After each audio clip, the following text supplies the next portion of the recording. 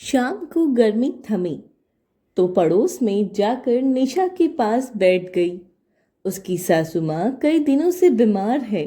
सोचा खबर भी ले आऊं और बैठ भी आऊं। मेरे बैठे बैठे उसकी तीनों देवरानियां भी आ गईं। अम्मा जी कैसी हैं? शिष्टाचारवश पूछ इत्मीनान से चाय पानी पीने लगी। फिर एक एक करके अम्मा जी की बातें होने लगी। सिर्फ शिकायतें। जब मैं आई तो अम्मा जी ने ऐसा कहा वैसा कहा, ये किया वो किया।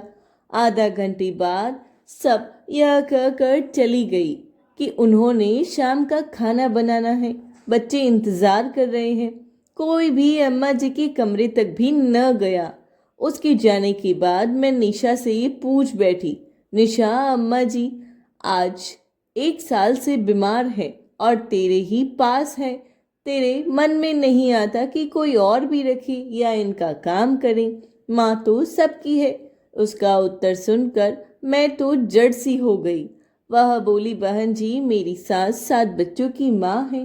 अपने बच्चों को पालने में, उनको अच्छी जिंदगी देने में कभी भी अपने सुख की परवाह नहीं की।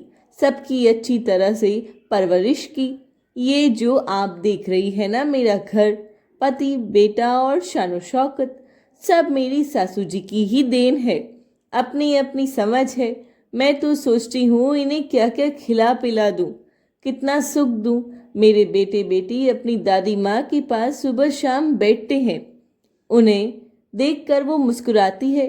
अपने कमजोर हाथों से वो उनका माथा, चेहरा और शरीर सहलाकर उन्हें भी भर कर दुआएं देती है।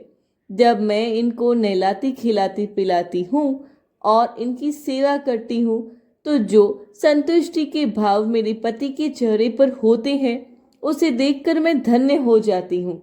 मन में ऐसा एहसास होता है जैसे दुनिया का सबसे बड़ा सुख मिल गया हो। और फिर वह बड़े ही उत्साह से बोली, एक बात और है, ये जहां भी रहेगी घर में खुशहाली ही रहेगी।